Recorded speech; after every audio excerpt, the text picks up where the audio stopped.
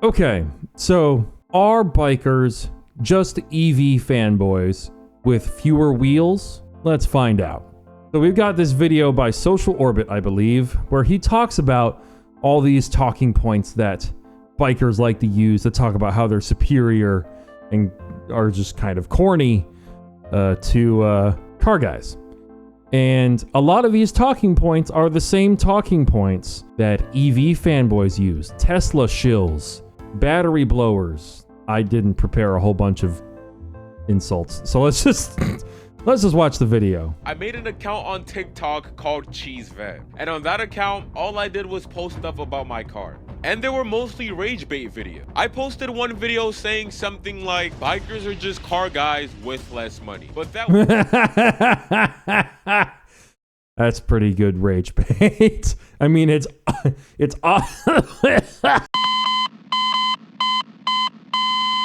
obvious, but goddamn, clearly it worked. It was just retaliation to a video I saw that said, bikers are just car guys with bigger balls.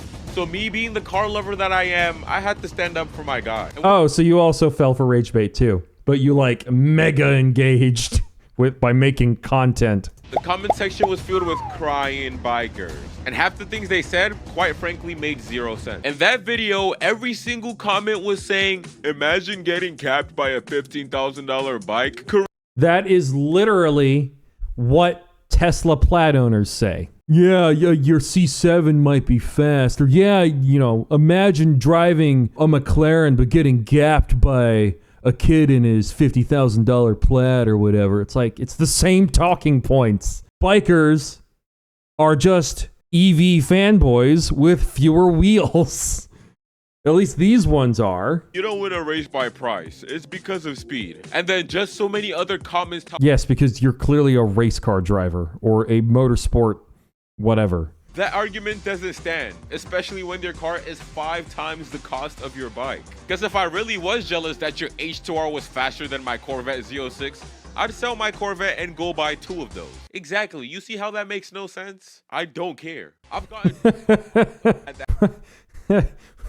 The money argument just doesn't work in any case anyways, because people just spend their money on whatever, regardless of the price tag.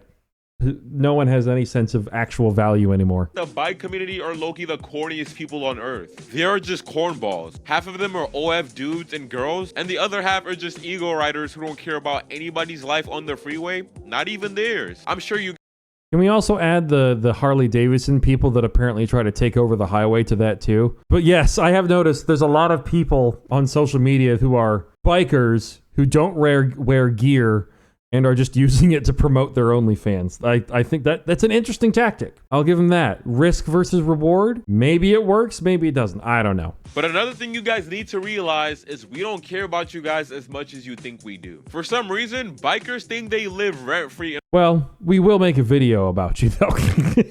Hearing multiple bikers saying they're building their bike so they could keep up with this car. I'm building my bike so I can keep up with the Hellcat. I don't know if it's compensation because you guys don't understand how power to weight ratio works. Like, of course, a bike that weighs the size of a PlayStation 5 will beat a car that weighs the size of a land yacht. It's just the way physics work. Trust me, it's the least humiliating thing ever when a biker beats me in a race. Well, that's another good point. Like, oh no, I lost this race to this sport bike or super bike. Or, oh no, I lost this race to this electric car. Like, of course I did. Why do I care? That doesn't hurt my feelings. Literally, they're a different class of vehicle or a different category. They're not competition. That's another dimension. No one cares about them. In my head, like, motorcycles are separate from cars as well as electric cars. Gas cars and electric cars just shouldn't even be competing with each other because it's just a dumb comparison. No one who prefers gas cars gives a shit about how fast an EV is. And no one who likes cars cares about being slower than a motorcycle, obviously. So I think you guys get the point. You know what I mean. Social Orbit, by the way, 250K.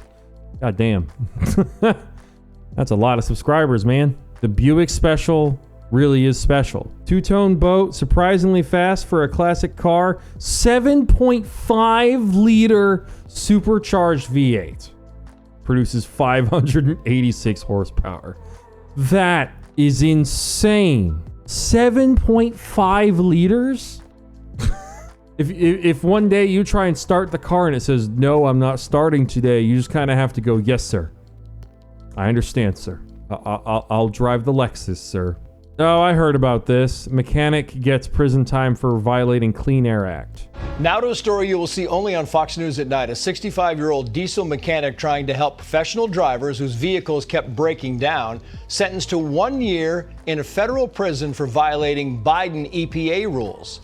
Isn't that cool that you delete diesel trucks like school buses, fire trucks, semi-trucks, and you get a year in federal prison, but releasing the Epstein files is like pulling teeth, and sexual predators and diddlers, giving them any kind of consequences at all is like a 90-degree uphill battle.